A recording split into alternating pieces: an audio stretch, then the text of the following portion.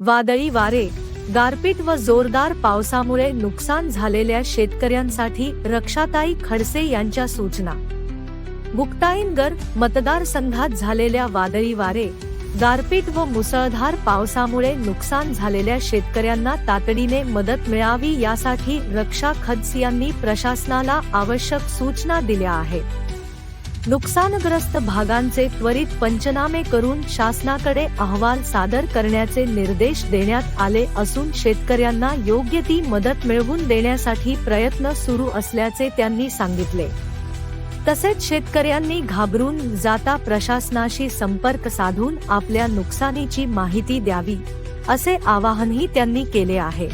नमस्कार। मागच्या आठवड्यात जे आपल्या रावेर मतदारसंघामध्ये मग चोपडा असेल, यावल असेल, आता रावेर आणि काल मुक्ताईनगर या सगळ्या तालुक्यामध्ये वादळी आणि गारपीटमुळे केळी उत्पादक शेतकऱ्यांचं खूप मोठं नुकसान झालेलं आहे। आणि मागच्या 3-4 दिवसापासून सातत्याने शेतकऱ्यांचे फोन मला येत होते की विमा कंपन्यांकडे तक्रार होत नाहीये किंवा ते लोक पंचनाम्यासाठी येत नाहीये। म्हणून काल तत्काळ मी आल्यानंतर इथे जळगावला सगळ्या विमा कंपनीच्या अधिकाऱ्यांसोबत, कलेक्टर ऑफिसच्या अधिकाऱ्यांसोबत या संदर्भातली बैठक घेतली। कमिशनर साहेबांशी पण बोलली, मुंबईचे जे विमा कंपनीचे अधिकारी आहेत त्यांच्याशी सुद्धा मी बोलली।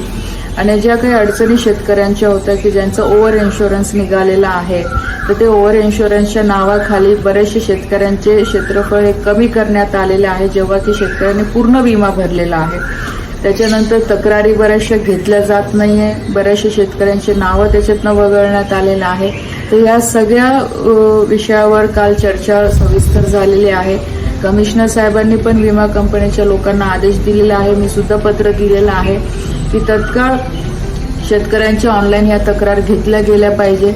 ज्यांचा ओव्हर इन्शुरन्स तिथे दाखवला जातोय तर स्पॉट्स व्हेरिफिकेशन तिथे केलं गेलं पाहिजे की खरोखर शेतकऱ्यांचं जर क्षेत्रफळ तेवढं असेल तर ते क्षेत्रफळ कमी न करता शेतकऱ्यांना पूर्ण भरपाई ही मिळालीच पाहिजे।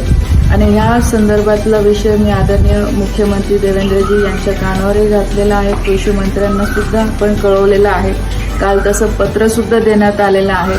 तर मी सगळ्या शेतकरी बांधवांना विनंती करते की आपण 1 तारखेपासून तर आतापर्यंत जे काही नुकसान झालेलं आहे या संदर्भातली ऑनलाईन आपण तक्रार करावी।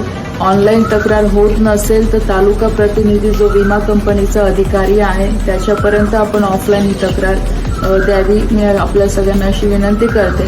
आणि पूर्णपणे आम्ही सुद्धा प्रयत्न करतोय की कुठेही शेतकऱ्याला अडचण नको यायला, त्यामुळे सगळे लोकप्रतिनिधी आदरणीय गिरीश भाऊ असतील, सगळे आमदार असतील, ते पण आपल्या प्रयत्न करतात। तर आपणही कुठे न घाबरता आपण व्यवस्थितपणे ऑनलाईन तक्रार करा, तक्रार होत नसेल तर ऑफलाईन तक्रार करा। सरकारच्या वतीने पंचनामा करायचे आदेश सगळ्या कृषी अधिकाऱ्यांना, तलाठ्यांना देण्यात आलेले आहे, विमा कंपन्यांना देण्यात आलेले आहे।